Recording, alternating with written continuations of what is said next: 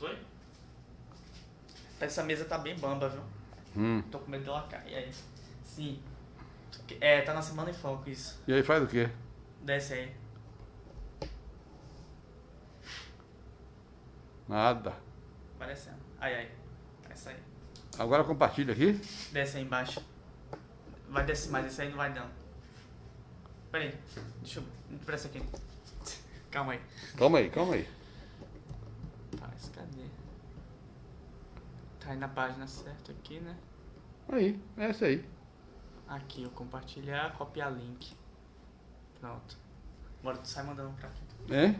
Pronto, já copiou o link aí. Vou mandar pra minha página, não é isso? Isso.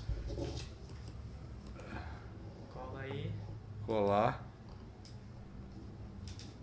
Depois eu vou mandar para Pode aí, publicar. Depois eu vou mandar para minha página de cá.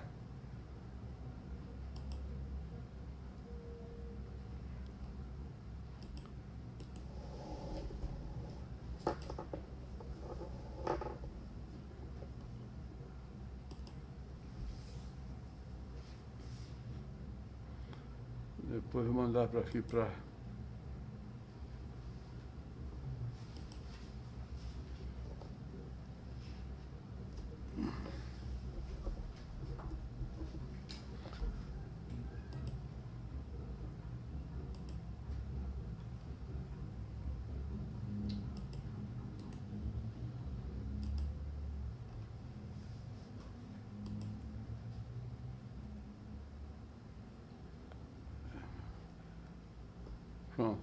Pronto. Pronto? Compartilha todo. Espera aí, viu?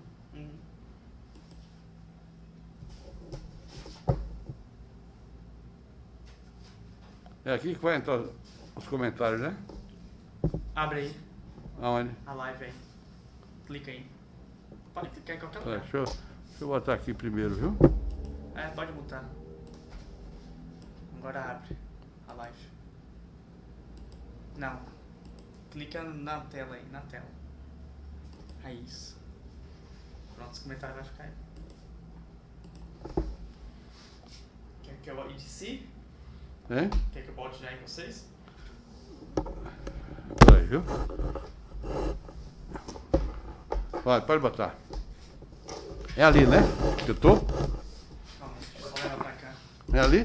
É. Eu acho que eu vou ajustar um pouco mais pra câmera, que parece que tá mais pra lá. Deixa eu só olhar aqui.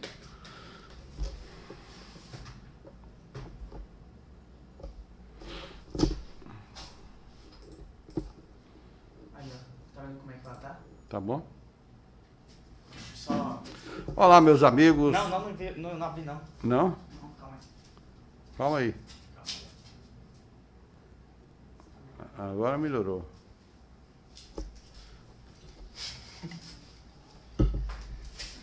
Calma aí. Peraí. Calma aí. Calma aí. Pronto. E... Que dia é hoje do mês?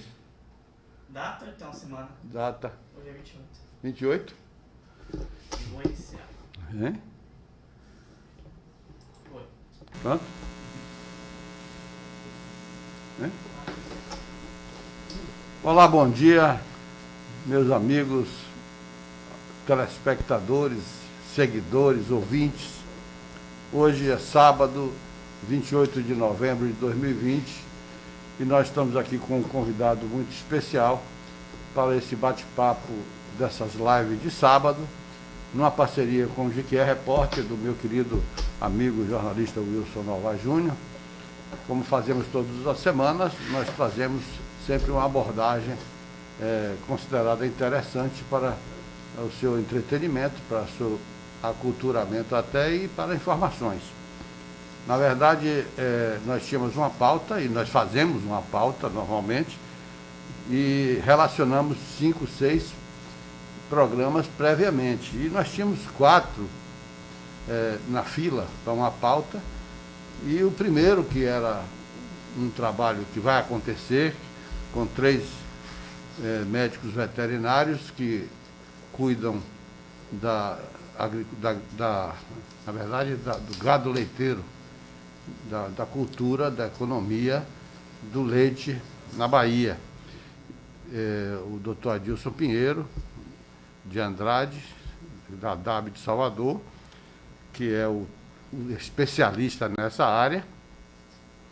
O doutor Espartaco Teixeira, de Piauí, que tem um projeto experimental muito importante, muito interessante, com búfalos. E o doutor Chico Salles, com uma larga experiência também no trato com o gado bovino, em todas as áreas, não é só no lado leiteiro, comporiam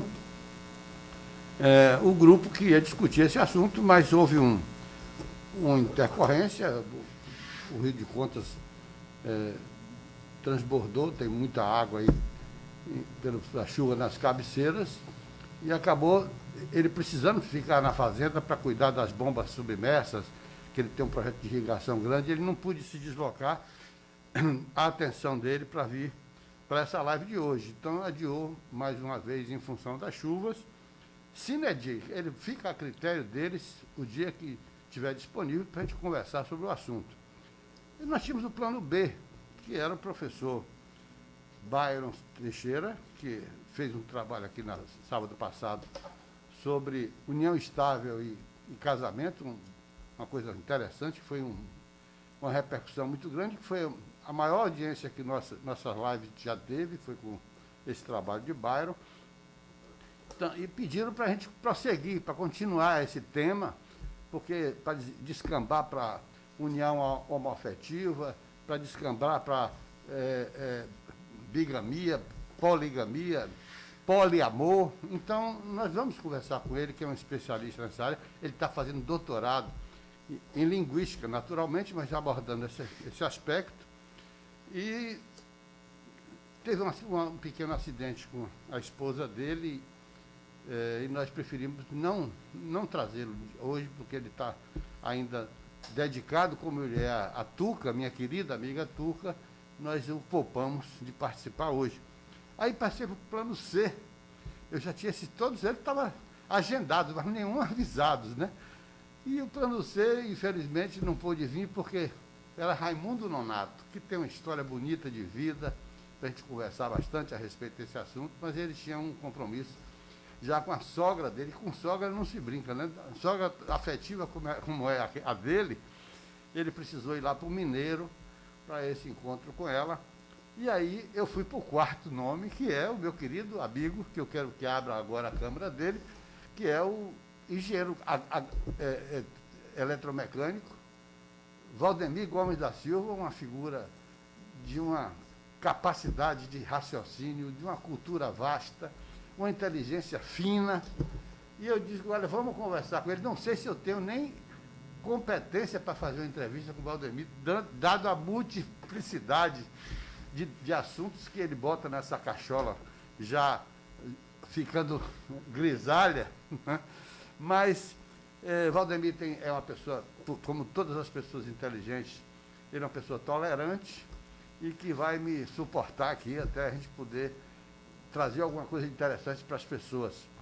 E nesse sábado de manhã, é difícil você achar um assunto para conversar com o Valdemir, porque todos eles têm conhecimento, mas tem conhecimento de vivência, não é só de teórica, de um grande estudioso que ele é.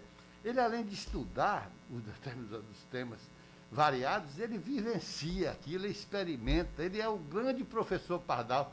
Ele é um professor Pardal e culto. Não é de bater a marreta na cabeça para sair uma ideia, não. É um professor Pardal daqueles que qualquer pessoa gostaria de ter para consultar sempre. Bom dia, meu querido amigo, doutor, não é doutor, mas é meu querido amigo Valdemir Gomes. Ele não quer nem que se chame de engenheiro, mas como eu tenho uma prática de que tinha um letreiro enorme na Avenida Joana Angélica, no Salvador, diz assim, Escola de Engenharia Eletromecânica da Bahia. Ali estudou meu irmão, ali estudou muitos amigos meus, e lá ele se formou. Então, eu não posso dizer que não seja um trabalho de engenharia. Você pode não ser uma engenharia de nível superior, mas é uma engenharia que dá para o gasto, né? Vamos chamar assim. E você valoriza muito a sua profissão, porque você é realmente um físico quântico, que já é muito mais do que essas coisas todas. Por isso eu queria propor a meu querido amigo Yuri Marinho, para como a gente faz todas as vezes, nessa época de pandemia, nós dois ficarmos com a máscara e pedir ao nosso convidado que tire a máscara para que as pessoas interajam com ele mais proximamente, inclusive com a própria imagem. Isso eu acho que facilita mais e nós mantemos a máscara para ser, inclusive, mais agradável a sua presença aqui conosco. Bom dia, Valdemir. Bom dia, Wilson. Bom dia, Yuri, e aos ouvintes, né? E quem está também à frente do seu computador vendo essa imagem. É um prazer muito grande, Wilson, estar com você. Eu lhe respeito pela sua capacidade, e você é capaz de fazer, digamos assim, tirar leite de pedra. Eu diria o seguinte, o padre Palmeiras, uma certa vez, disse, num discurso lá no Colégio Taylor Egídio, eu vim aqui pagar um débito e sinto que saio mais endividado. Eu faço das palavras dele as minhas agora. Eu vou ficar mais endividado ainda, perfeitamente à disposição, no que for possível. Você pode perguntar, está à vontade. O que eu não tiver condições de responder, eu vou pedir um tempo para que posteriormente venha completar o que você necessita. Bom, Valdemir, é o seguinte, nós temos ideia de que nós conhecemos um pouco da sua história, porque nós somos até contraparentes, porque, na verdade, a minha sogra é sua prima, se não me engano, né? Tia. Sua tia, né? Pois é, minha sogra, sua tia, eu conheci seu tio, o Virgílio Alves, Antônio Alves, que é seu pai, né? Eu conheci esse pessoal, então eu tenho um pouco de intimidade com você, e é muito na tecla, no tempo que você era sócio do ex-ministro João Santana, que fazia um bom trabalho na região. E baseado nessa história, eu estive raciocinando que existe um artefato artesanal que é uma bomba d'água constante, contínua, que tem um reservatório na parte de baixo, um na parte do meio e um em cima. E se você, utilizando a pressão atmosférica que fica nesses invólucros, se você bota a água em cima, acaba voltando para ficar rodando o tempo inteiro. Você conhece esse processo. Pergunto, por que não é utilizado numa cidade quente como a nossa, não é utilizado nas praças da cidade, um tipo de cascata, em lugares onde poderia nascer grama, a custo absolutamente zero?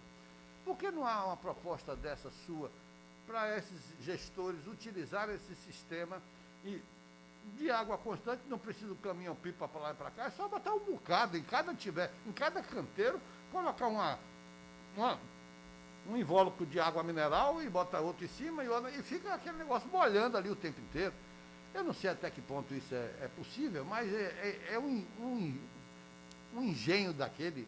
Só me vem à cabeça, Valdemir Gomes, porque você faz essas coisas. E a outra história que eu quero saber é o seguinte, como é que começou a sua vida?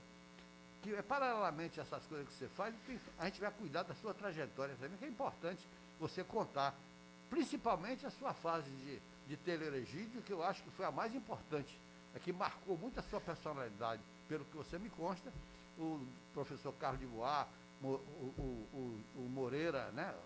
Esse pessoal foi muito, muito significativo na sua existência. Eu queria que você abordasse, na medida que você quisesse, esses dois aspectos. Bom, Wilson, veja só, com relação a todas as fontes de energia, eu lembro bem que em 1962 eu vi o primeiro carro da General Motors movido com energia solar. 62? 62. E por que esse projeto não foi para frente? Existe por detrás disso o interesse do capital. É o truste. É o capital quem manda na história. Então tem que vender petróleo, né? Nós temos uma fase interessante. Primeiro, a gente tinha o domínio, quando a gente conseguiu o domínio do ferro, mandava no mundo, porque sabia saímos da pedra lascada e fomos para a era de trabalhar com ferro. Lá adiante, começamos a ver que o ferro precisava de um azeite. Inicialmente, usava-se azeites de vegetais, tá? Mamona, etc. Uma série delas que tem aí que produziu azeite. Por isso que antigamente dizia, vamos azeitar a máquina, esse azeite. Aí, daí passamos para o petróleo. Ah, Wilson, e quando chegamos no petróleo, esse ferro desenvolveu as máquinas, entendeu? E aí veio a máquina, a explosão, veio a combustão, veio toda essa parafernália a ficar dependente do petróleo. Hoje nós só somos dependentes da informática. Hoje a tecnologia, né, toda essa estrutura, pense bem uma Petrobras sem não está ligada à internet. O Banco do Brasil, lembro que as fichas do Banco do Brasil eram as fichas físicas, né? Eram as fichas de 40 centímetros por 40, onde o funcionário recebia o dinheiro e anotava. Já pensou hoje com a quantidade de pessoas que procuram banco? Ia ter que ter funcionário, que não é brincadeira, lá dentro do banco. E como qualquer empresa, o que ela faz? Enxugar a máquina. Isso aí nós temos consciência que a cada instante que a tecnologia chega dentro da empresa, ela vai enxugar, vai dispensar funcionários, porque os custos são muito altos. Com relação à minha chegada à Jequié, entendeu? Eu comecei no Tenor Egídio. Isso foi um momento assim fantástico, porque os mestres daquela época acompanhavam o aluno. Eu, por exemplo, tinha uma caligrafia verdadeiro garrancho, como se chamava na época.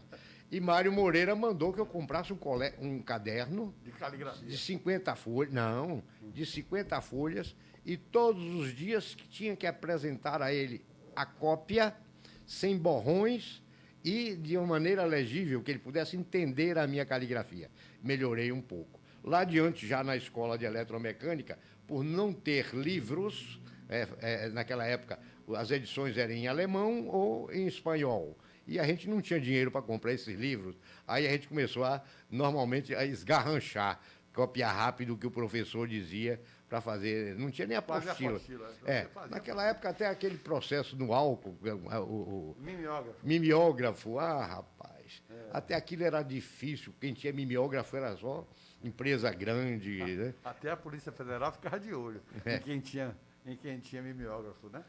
Mas veja só, daí, nessa história, eu terminei o curso de ginásio em Jaguaquara e precisava fazer o científico. Fui para Salvador para fazer o científico. Veja que, paralelamente, eu já tinha um título de professor de educação física, que eu fiz esse curso no Rio de Janeiro, tá? Na Polícia Militar do Rio. Tá? E vim com isso, e o MEC nos dava, veja só, que título interessante, professor a título precário. Professor a título precário. E aí eu fui exercer essa profissão em Salvador, né, no Colégio 2 de Julho, e daí comecei a ganhar dinheiro, porque estudante pobre sempre tinha que fazer um bico. Aí trabalhar em rádio, 1000 coisas, não sei mais o quê, fazendo científico no Colégio Central, e quando eu ouço dizer que o colégio público não funciona, o Colégio Central Público, Colégio do Estado da Bahia, era fantástico. Tinha os melhores professores de Salvador. Tá? E daí, quando estava no segundo ano científico, o companheiro João Santana vira para mim e disse, rapaz, está implantando o Centro Industrial de Aratu, vão precisar de técnicos, vamos para a escola de eletromecânica. E aí foi feito, naquela época tinha um vestibular.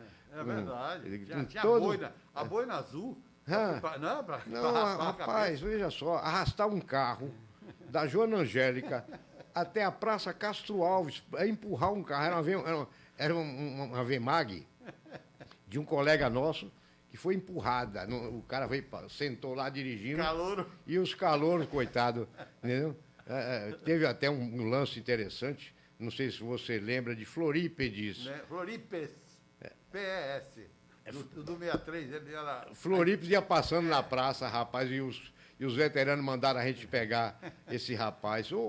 Coisa maluca aquilo, era uma loucura, aqueles Florips trotes. era o homem que eu vi pintar de batom vermelho, né, os lábios, e botar pó de arroz, toda maquiada, meio lambuzada, que ela não tinha muita prática, e ia para a Rua Chile passear. E quando ele descia da Rua Chile, ele descia banana, aqueles carros velhos lançando fumaça, né? Isso mesmo. Que era muito comum naquela época. Com leque. E ele é.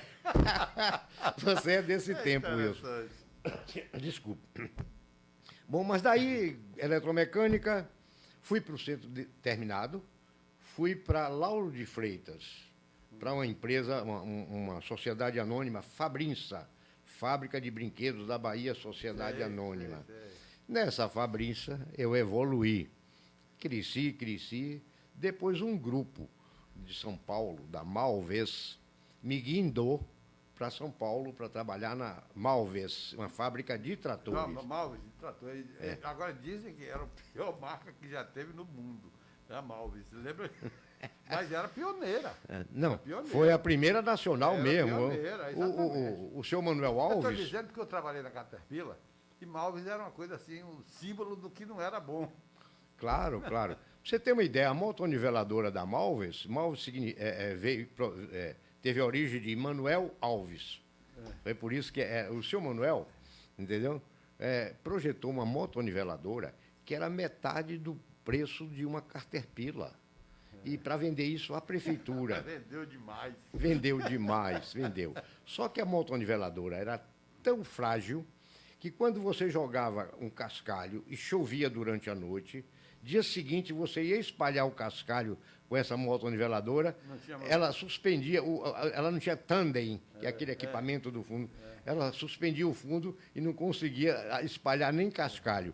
Chamava-se carrinho de Além mão. do Thunder, bom, eu não vou mexer com Mas o fato é o seguinte, bom, Caterpillar não, que é outra conversa. vindo de São Paulo, trabalhando em Salvador um período, né, de avião, essa empresa tinha avião para cima e para baixo, e aí eu terminei optando por Jequié. Meu pai influenciou. Meu filho, veja só, tudo que você faz vende para a região do cacau. E o que é que você quer em Salvador? O aluguel era caro, recém-casado. O aluguel do galpão da indústria era caríssimo, era na rua Comendador Passos, a calçada. Na calçada. Aí eu vim para Jequié, rapaz, aqui em Jequié eu não pagava nem 10% dos aluguéis que eu pagava em Salvador. E próximo a Ipiaú, aquele momento exato em que o Theobroma cocoa, muita gente não sabe o que é isso, é o nome científico do cacau. Ele esteve no pico, o Theobroma naquela época, e jorrava dinheiro por que tudo. ano foi isso? 65? Não, isso foi em 70, 71, entendeu?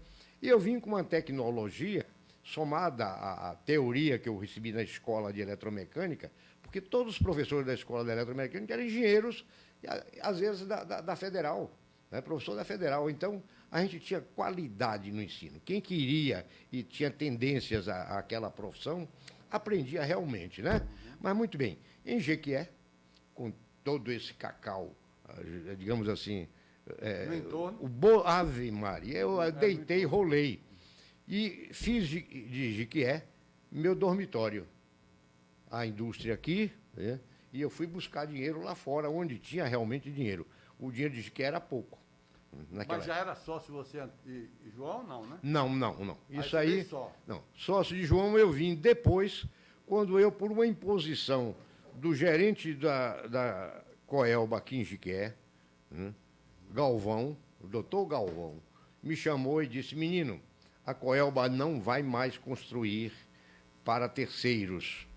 E o único que tem aqui com formação que pode fazer isso e montar uma firma é você. Foi aí que eu montei, derivou a Tecla. A Tecla nós já chegamos a ter 152 peões registrados. Um engenheiro eletricista, que eu trouxe até de Minas, esse engenheiro eletricista está aqui em Jequié, um profissional realizado, o Toledo, o meu amigo Toledo. Técnicos, eletrotécnicos e fiscais. Então eu chegava perto de 180 pessoas e carreava esse dinheiro todo para Jequié.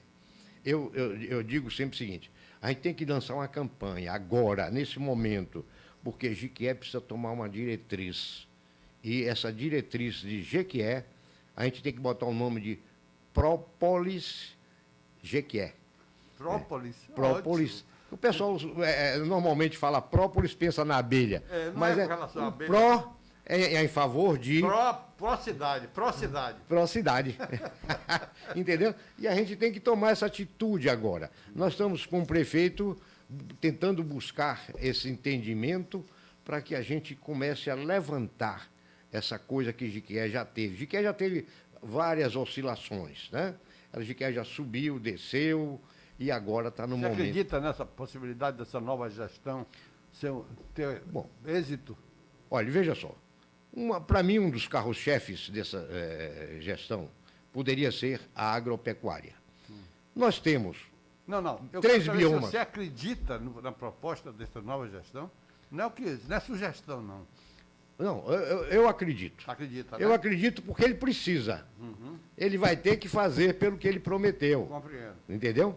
E Jequié precisa disso. Se a sociedade pressioná-lo, a Câmara pressioná-lo, ele vai ter que fazer. Ele tem 14 vereadores do lado dele na Câmara. Pressão nenhuma mais. Pronto. Aí já é uma... Mas isso não quer dizer que ele não faça um bom trabalho.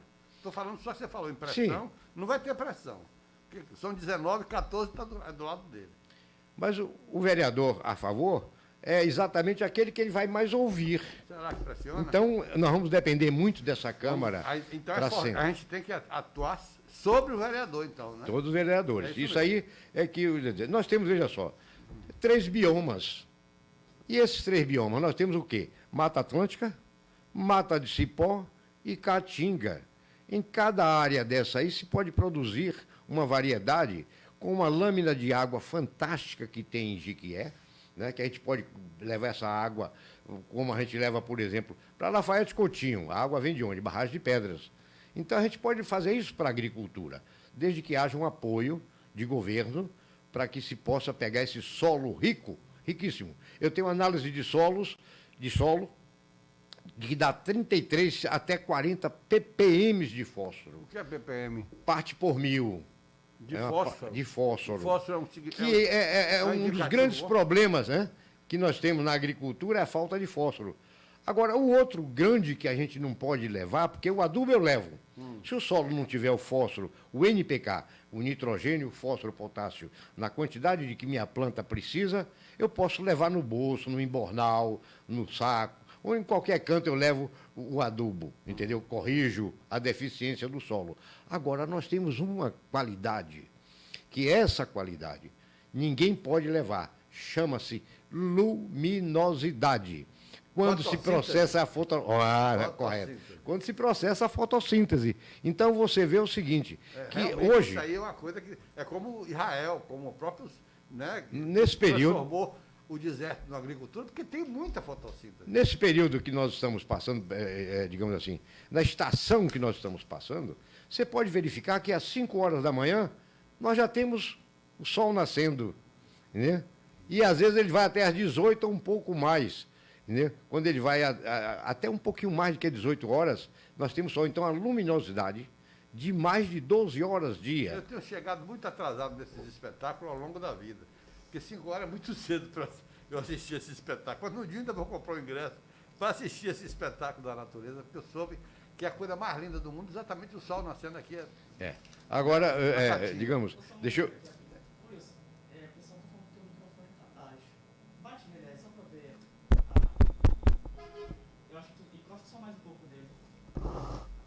Aí agora eu vou morder ele. Hein? Melhorou aí? Está no ar? Está no ar. Está no ar. Então, muito bem. Então, veja só, quando eu vejo a agricultura, por exemplo, nós já tivemos aqui um frisuba. Lá pelos idos de 70, frisuba foi comprado de um grupo particular para um abate de 400 bois dias. Olha só, tinha oferta de matéria-prima. A Nestlé montou seu posto de resfriamento. Deixa só um minutinho. Eu fiz um trabalho na época de uma reportagem e apurei com essa reportagem que o que viabilizou a Frizuba foi o custo da energia, que era um custo absurdo. Não compensava para o abate que tinha o que se pagava de energia por mês da Coelba. Prossiga. Mas aí, veja só, alternativas, talvez um problema de engenharia. Ou então um problema político, de arranjar uma taxa especial, né? Taxa que deveria ser uma Exatamente, taxa devia ser uma especial. coisa diferenciada, né? Veja só, Wilson, antes do Frizuba, saía um caminhão boiadeiro levando boi daqui. Quando esse boi chegava em Salvador para o abate, ele perdia uma arroba. Ele perdia 15 quilos, desidratava, às vezes morria até, entendeu? Imprensado pelos outros. E o Frizuba veio e resolveu esse problema. Mas começava a fazer em feira, não era em feira, na Mafrisa? Hã? Não era em feira, na Mafrisa, É. o abate? É. Em Feira de Santana. Aquilo era um absurdo, uma loucura. Que no início, eu fui desse tempo, talvez você vai dizer que não foi. Mas antigamente a gente transportava esse boi no trem. E Não fui. Eu viajei do trem, mas não me lembro de... ali no Baixão tinha um embarcadouro, tá? Feito em trilho, né? Ali era uma grande... Desculpa. Era uma concentração de produtores, né? Que era Sampaio, era Torinho, Pompilho, né? todas aquelas Antônio famílias Torinho. que produziam animais, embarcava no trem. E eu ia, às vezes, no vagão daquele, por fora, né? Futucar o boi para ver o boi bater. É coisa de menino, arte de menino.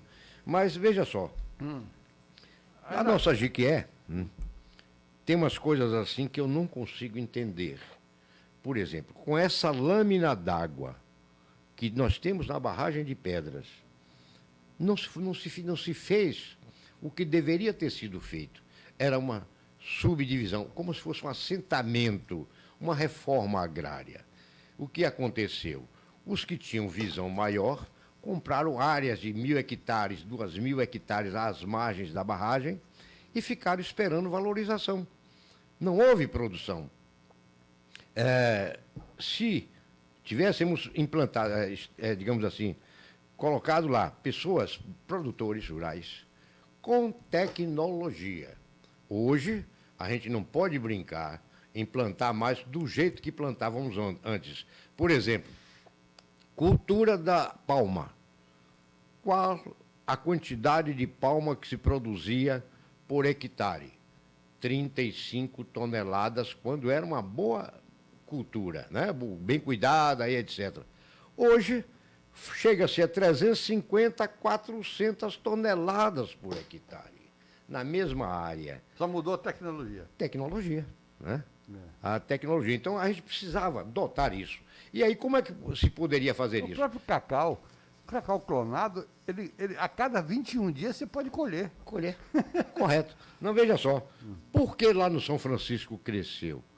Eu acredito muito bem, inclusive, ousadamente, eu era um estudante ousado, eu fui a doutor Lomanto, governador, né? Sentei lá na governadoria, doutor Lomanto, o senhor precisa botar uma escola de agricultura em Jequié. Sinto falta até hoje. Se nós Ele tivéssemos... colocou em Juazeiro. Em Juazeiro. E vejam o que foi que aconteceu, como cresceu o Juazeiro, tá? Esse profissional... Faculdade de Agricultura do Médio São Francisco.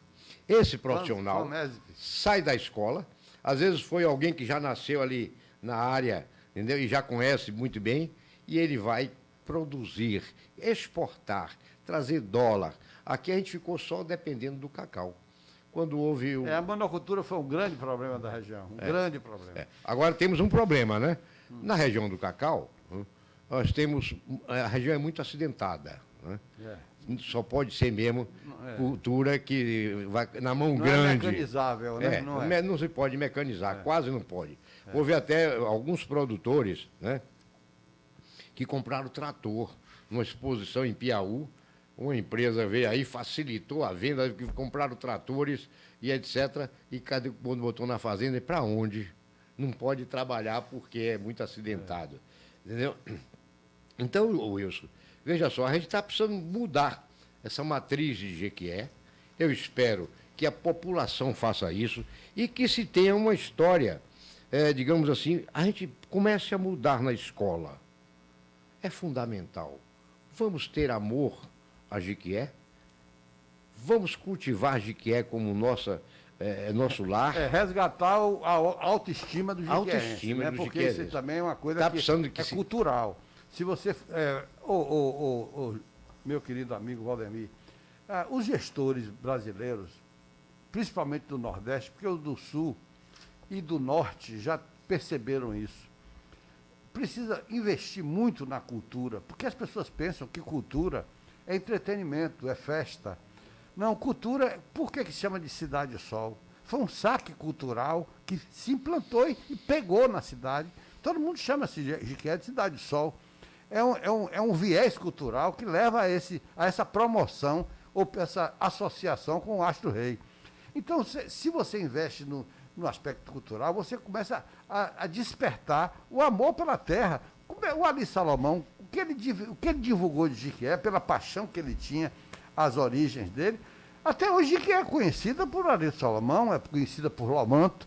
Todo mundo que ama a sua cidade sai falando bem dela. O Wilson Novaes aqui, o Arthur Produções, são apaixonados por essa cidade.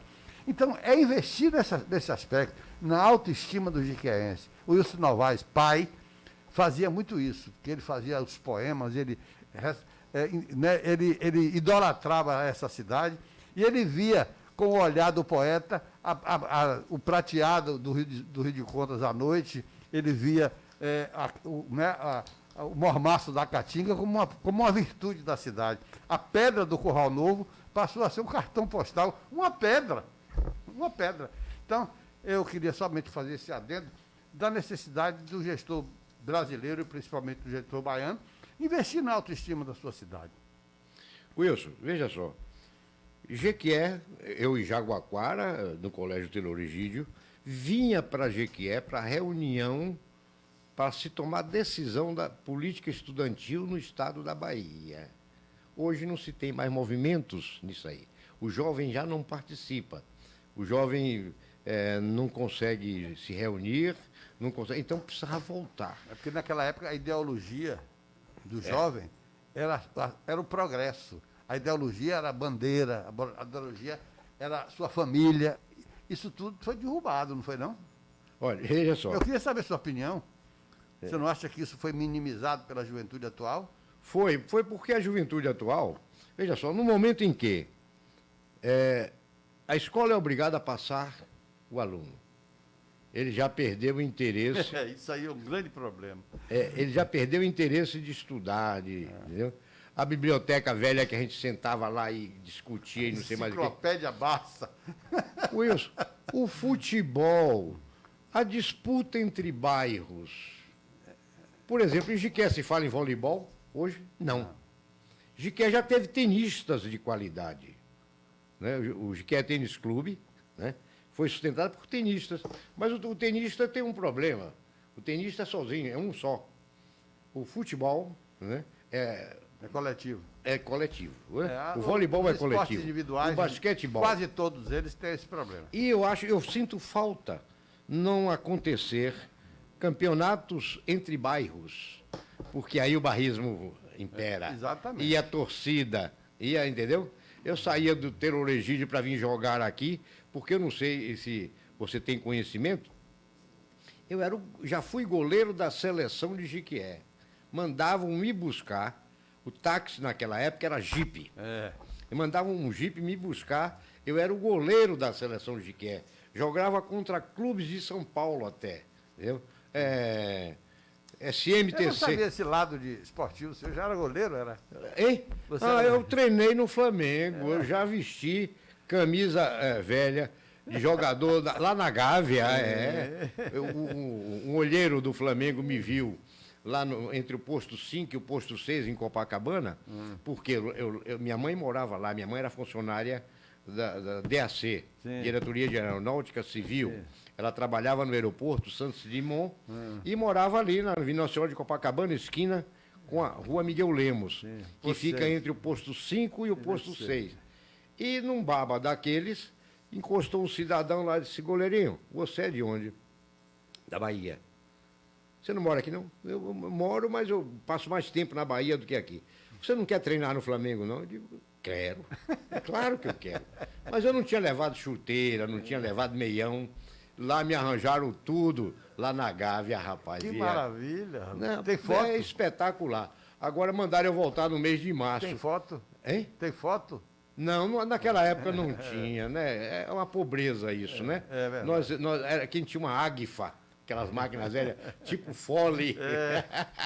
Aquilo era difícil, aquilo era só para família abastada. Não, e o grande problema era justamente a revelação. Porque a revelação demorava tempo. né? Nossa, mãe, era difícil, difícil, difícil. É. Mas, veja só, nessa história toda, entendeu? Digamos, a gente tinha torcida, barrismo. Eu, quando terminava, no Aníbal Brito, quando terminava a partida, eu, estudante, quebrado, né? Vinha um apostador e dizia, goleirinho aqui o seu, o cara que tinha ganho a aposta. Dava um trocado pro goleiro, porque o goleiro foi bom. Fechou o gol. Oxe, não, daqui de Jiquié até Santo Estevão, eu já joguei em quase todas as cidades. Né? Era goleiro da vez, né? E hoje sua atividade industrial existe ainda ou só é agricultor? Olha, a atividade industrial, eu e o Antônio Sabac, né, montamos uma firma, Sava, que é a fusão de Sabac e Valdemir Sava. Sim. Tá? E qual era o propósito? Trabalhar com máquinas agrícolas. E conseguimos. Eu fui a Brasília no primeiro simpósio nacional de biogás e trouxe essa tecnologia para aqui e fizemos, né? Ali no Jiquié Tênis Clube, o primeiro simpósio baiano de biogás. Veio gente de Sete Lagoas, veio gente de tudo quanto foi canto para ver essa história. Mas usava o estrume do gado, era isso? Usava o estrume do gado? O esterco, né, do gado. E, inclusive, você falou o esterco do gado. Eu fui no simpósio em Brasília, um chinês, né, naturalmente com tradutor, dizia que em algumas vilas na China, o esgoto não existia. Era coletado o material no vaso sanitário, tinha uma bolsa própria por baixo do vaso, e o cidadão levava para a companhia de gás. Aí é um povo de uma cultura fantástica, né? Você levar uma sacolinha. Por isso que eles fizeram um vírus para mandar para gente. Mas não. Não é nada, rapaz. Eu não quero nada chinês, eu quero, nada. Não. Mas naquela época, veja só. E esse gás era, digamos assim, uma revolução no campo. Porque você podia ter geladeira, você podia ter o fogão a gás, embora no campo a predominância era do fogão a lenha, né? Mas você podia ter luz no curral, as luminárias a gás, né? Que tinha um modelo próprio dessa luminária, que era fabricada pela Jacoal. Eu tinha isso aqui tudo, tá? Fizemos essa história. A Jaava ainda existe? A Jaava ainda existe? O quê? Jaava ainda existe? A Saava? Não, eu tive que desativar porque, num momento, quando trabalhávamos no biodigestor, o juro bancário era de 7% a 6% ao ano. Com 3 anos de carência. Rapaz, houve aquele desequilíbrio e o juro passou para 40%, 50% ao mês. E nenhum produtor tinha coragem de investir no biodigestor. Não tinha nada que desse resultado para pagar isso. Para pagar isso, não tinha. Não podia tomar dinheiro emprestado, né? Muita empresa fazenda ainda encontra, digamos assim, embananada com essa história, né? É verdade. Mas o biodigestor era o grande... E hoje você mexe só com agricultura, não mexe mais com indústria? Não, hoje eu sou produtor de leite. Sim. E faço com tecnologia. Eu faço medindo o leite. A vaca tem que dar em torno de 3.500 a 4.000 quilos de leite. Fui o primeiro na região a optar, eu e o seu Joel da Bremer, optar por Jersey. Por que Jersey? Um animal dócil, menor, há uma relação de alimentação do animal com relação ao peso, enquanto o nosso produtor de leite aqui queria ver tamanho. a vacona grande. Canine. Não, se não prestar para Leva- leite, eu levo para o abatedouro. Vem cá, essa ordenha que você faz é mecânica? Eu tenho ordenha mecânica, mas não utilizo. Por quê? Porque menos de 200 quilos de leite no curral, ainda é melhor você tirar na mão. É brincadeira, é mesmo. velho. É. Porque, veja só, Agora o você não processo... tem vaca, porque na verdade a matriz tem que ser uma vaca que dê pelo menos 15 litros de leite, 12 litros de leite. Não, para você alcançar, digamos assim, 4.000 quilos, essa vaca tem que ir a 22 quilos até 25. Ela no início, no primeiro mês, ela sobe. No segundo mês, ela mantém. No terceiro mês, ela começa um declínio. Aí nós buscamos pela a persistência. Essa vaca ela come durante 365 dias e ela tem que produzir durante 300 dias. Essa vaca que produz só por Sim, mas a média da sua produção por vaca é quantos litros? Não fala em quilo, não, que eu não consigo Não, fazer. um quilo é teoricamente 1 litro, né? Uma sim. diferença de 2 gramas. Então, cada vaca sua dá o quê? 10 litros? Não, veja só. Ano. O que interessa a gente é nos 300 dias. Ah, sim. Porque ela come 365. Esses 65 dias que ela não produz é quando ela está no pré-parto. Antes do parto, onde o bezerro está encabelando, criando os cascos, que o bezerro puxa Aí mais. você precisa de cálcio. Aí nós não tiramos leite, secamos a vaca. Eu sei. Chama-se a vaca seca, tá? E aí nessa história, a gente vai ver, quando é mais sofisticada a ordenhadeira, desculpe, ela já dá a quantidade por vaca, tá?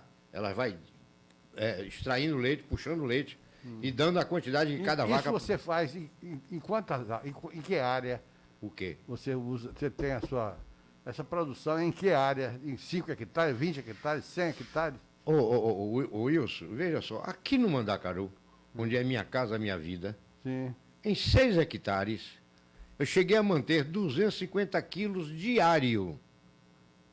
6 hectares. Em 6 hectares. Aí a história da... semi-confinado, né? Não, chama-se pastejo rotacionado. O que é? Voisin, é o Voisin? Hein? É o método Voisin? Veio do Voisin. O Voisin fez, mas o Voisin não fazia. Não tinha análise de solo exigente como hoje, tá? A adubação não era feita como hoje. Por exemplo, você faz NPK. Bom, tem nitrogênio, tem fósforo, falta potássio. Então você tem que fazer uma adubação de potássio para corrigir o solo. Aí a coisa pega, porque todo dia, após a saída do gado, quando irrigado, isso deve ser irrigado, você vai jogar o nitrogênio, que é a conhecida ureia, né? Sim. É uma quantidade pequena, mas todo dia naquele piquete, nós tínhamos piquetes aqui de 2.500 metros quadrados, 1/4 de hectare. 1 hectare são 10.000 metros quadrados, tá? E os nossos piquetes eram 2.500 metros quadrados. Trabalhávamos até com 50 vacas Nesse piquete? nesse piquete por dia. Eu sei. Mas aí a gente pesa capim. Tem um ponto certo de tirar. O animal não pode pastejar. Digamos, se aquela variedade, você tem que deixar 30 centímetros, aqueles lançamentos basilares. E tem complemento? É? Tem complemento ou é só o capim? Aí normalmente a gente faz indução de minerais. Deixa eu falar aqui rapidamente, cumprimentar. Pedro de Jesus Baqueiro está conosco. Anilton Sadguski, meu querido amigo Anilton. Você conhece Anilton Sadguski? Anilton, Jacaré, está aqui conosco. Liz Midles, também minha filha, está também conosco. Sumaya Maron entrou. Shelley Leonan, parabéns, Valdemir Gomes. Mirabô Teixeira. Alexandre Ribeiro Silva, isso aí é covardia, que é o filhão. Um abraço para você, Alexandre. Rony Brainer, cumprimento meu amigo. Maria das Graças de Alencar, também está conosco. O Renildo Macedo, de Piauí, está com a gente. Chico Salles, veterinário Chico Salles, tá aqui, vai estar conosco numa live dessa. Está sendo adiado, Chico, os três, para juntar vocês três, está cada dia mais difícil. Porque quando os dois podem, um não pode. E eu quero trazer os três, para a gente falar exatamente de gado leiteiro, a gente falar de economia, de laticínio, essas coisas todas, Chico. Nós vamos manter essa nossa programação. Jussara Mira também está mandando um abraço para você. Valdemir dizendo que está uma beleza de entrevista. Eu disse a você que você ia bombar. O pessoal gosta de conversar com você. Então, daqui a pouco a gente conversa mais gente, senão eu não vou deixar você falar do assunto que você estava abordando. Prossiga então, meu querido amigo. Wilson, veja só. Hoje, a fazenda deixou de ser aquela fazenda. Hoje ela é empresa anotar e anotar. Entendeu? A gente tem, por exemplo, um mais simples, um pluviômetro. Bom, no dia que choveu, eu tenho uma variedade de capim que eu preciso de 1.800 milímetros de chuva ano. Ora, as condições nossas não fornecem absolutamente isso. Por exemplo, hoje, agora nesse mês, Jiquié chegou a 787 milímetros de chuva. Não, a média histórica são 750. Agora, naquele dia que chove, eu não vou ligar a irrigação. Por quê? Porque senão eu vou criar um problema para a seiva do capim. Eu vou jogar um excesso de água, é a mesma coisa você chegar lá depois no jogo de futebol e beber 5 litros de água. Agora, na verdade, Valdemir, deixa eu aproveitar essa oportunidade para falar da sua experiência. Chuva e irrigação não é a mesma coisa. A chuva tem outro valor, não é não? Bom, não é água apenas, porque tem o cio da terra. Não. E o cio da terra só se dá quando vai chover. Não, veja só. Quando você tem, por exemplo, a descarga elétrica, raios, o que acontece? Você lembra que você sente um odor diferente. Nitrogenou a atmosfera. E essa água da chuva já chega ao capim. Com ureia. De graça. E aí vem no outro dia sol. Olha só o elemento aí sol. Aí é fotossíntese. Aí ele... Você vê que nesse período... Nada substitui a natureza, né, Valdemir? Nesse período é fantástico, né? Bom, da irrigação, desde que não seja uma água com sal, né, a coisa funciona, mas a gente não sabe por 20 anos, 30 anos, os resíduos que essa água vai deixar. O ideal seria fazer uma análise de água. Nós não fazemos, tá? Agora, veja só, você pergunta, eu digo sempre... Quando eu comecei a ver a atividade de produção de leite como uma empresa, depois de ter escutado Moacir Corse, quem é? O Papa do Pastejo Rotacionado, Exalc Piracicaba, São Paulo. E eu corri atrás desse cidadão, fui lá para Eunápolis ouvir esse cidadão. Um dia, tá? Um dia. Para ouvir uma palestra dele. Quando ouvi isso, ainda virei para o técnico da Nestlé, que estava ao meu lado, e disse, Nilson, esse cara esteve na minha fazenda, porque ele disse tudo de errado que a gente fazia na fazenda. Tudo de errado que ele citou ele falar uma coisa. E mostrou o caminho. Tu sabe o que aconteceu comigo aqui agora, hoje? O tempo esgotou. Tu acredita que já está 1 hora a gente conversando aqui? Rapaz, olha como passa ligeiro, né, Valdemir? Mas eu não podia deixar, viu, Yuri, de dizer a você o seguinte. Essa história desse novo ministro da Fazenda e a própria explosão do agronegócio no Brasil, o setor voou. Agronegócio hoje é que mantém o país à margem do primeiro, junto do primeiro mundo ali, ó, na orelha. Porque nós somos o maior produtor do mundo. Em vários aspectos, em vários itens. Principalmente grãos.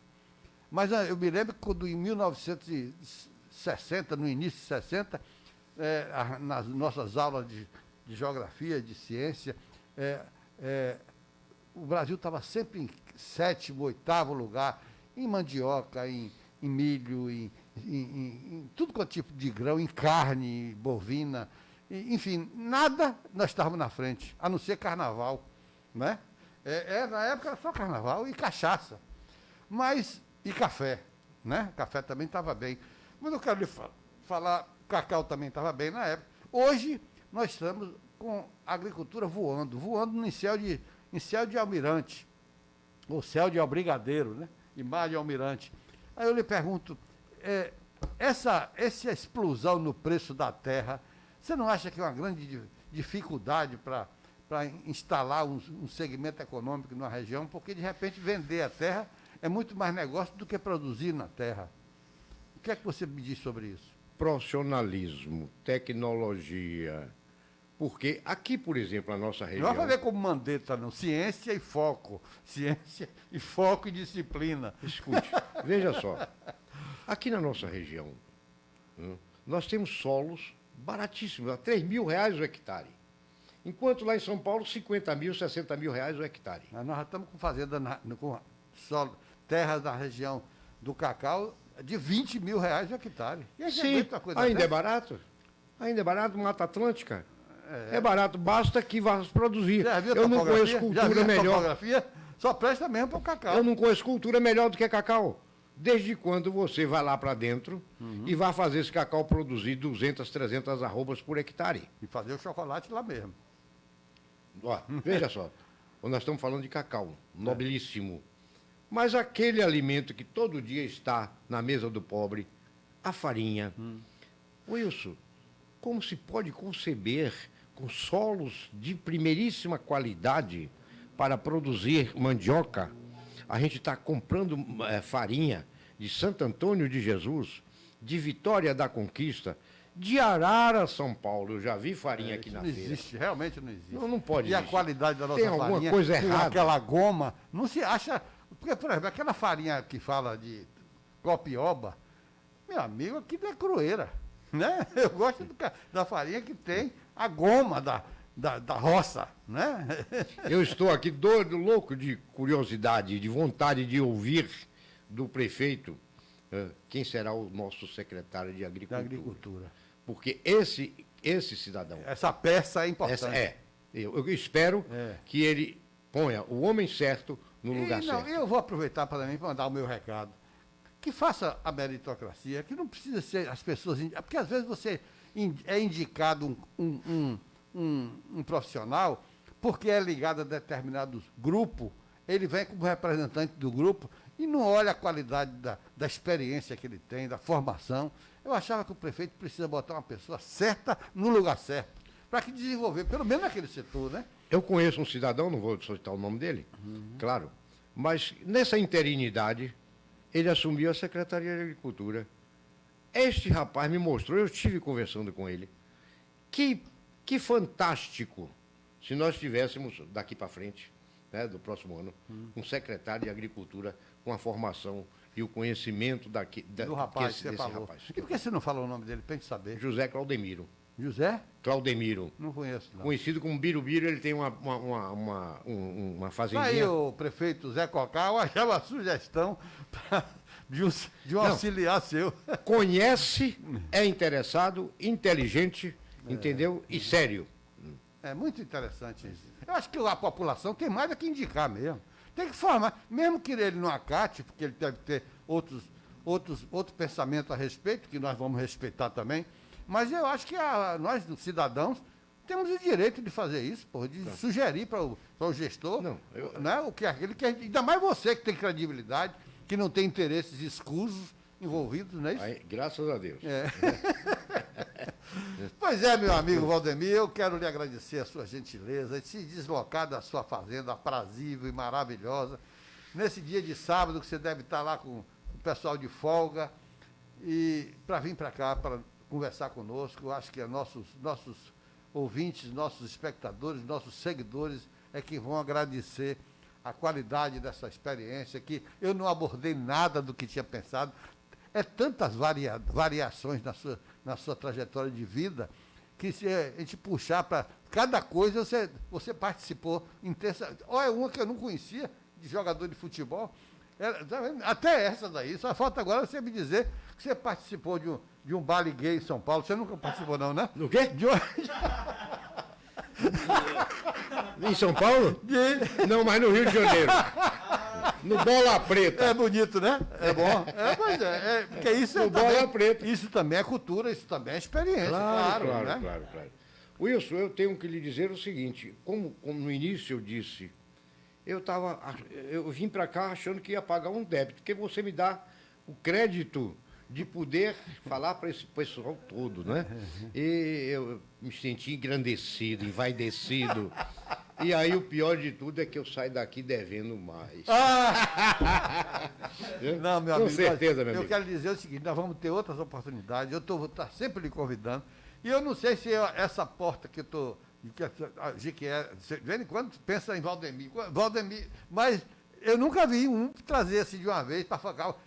Eu acho que essa sugestão vai ficar para meus companheiros, meus colegas, e a Jequié tem muito a lucrar. Eu acho que é muito bom quando, independentemente dessa conversa que nós temos aqui de amigos, armar um tema pontualmente. É esse tema, Valdemir, que a gente vai trocar, porque eu sei que você vai dar muito mais show quando for tema por tema. Porque quando a gente faz uma conversa variada ou entrevista, vem perguntas de tudo quanto é tipo, você precisa, né, respondê-las. Mas eu acho que se você marcasse 50 minutos de uma palestra sobre determinado tema, realmente você ia fazer um grande benefício. E, por último, eu quero lhe pedir que não deixe de escrever seu livro. Você já está devendo esse livro para a cidade. Você deve esse livro para seus admiradores, que eu estou incluso nesses admiradores, para você não deixar esse legado se espairecer na história do tempo, na poeira do tempo. Escreva o seu livro. Se você não tiver uma metodologia, você escreve primeiro e contrata um editor que vai botar tudo no lugar. Tá certo? Eu achar que você não devia, pelo menos grave. Depois a gente decupa aquelas falas e transforma em textos. Mas eu acho que você devia pensar nisso. É a minha expectativa de você nos brindar com as suas memórias, com a sua trajetória. Muito obrigado, Valdemir. Eu que lhe agradeço. Obrigado, Yuri. Meus amigos, muito obrigado mais uma vez. Já no próximo sábado, não temos ainda a pauta, mas a gente vai produzir a pauta para sábado nós estarmos aqui, que vai ser no dia 28, 4, 5, 6, 7 de dezembro, provavelmente, né? Sextos? Parece que é 7 ou 8. É 5. É 5 de dezembro? Então, eu acho que 5 de dezembro eu vou fazer essa live de Salvador, porque... Vai viajar? Vou viajar, porque tem um negócio do aniversário que não abre mão. Então... 8 de dezembro você tem que estar lá, né? Na Conceição da Praia. Não, eu parei com essa prática. Tradicionalmente, eu ia para a festa da Conceição da Praia, tinha aquelas porradas de festa de largo, era uma coisa maravilhosa e tal, mas... Nunca mais fui, como nunca mais fui na Ribeira, nunca mais fui no Bonfim, porque é muita gente, muita confusão. Está no ar ainda, mas eu ia contar uma história aqui que ia envolver muita gente. Wilson, pelo amor de Deus, eu sou analfabeto com relação a estúdio de rádio. Não, nós não temos mais tempo. Temos? Não temos mais, não. Já passamos 10 minutos do nosso horário. Meu amigo, muito obrigado. Você vê como é agradável, a gente passa que a gente não vê nem a hora. Tá, então, muito obrigado, Yuri. Pode encerrar. Muito obrigado, meu pessoal. Mais uma live bem sucedida. Muito obrigado, Wilson. Um prazer.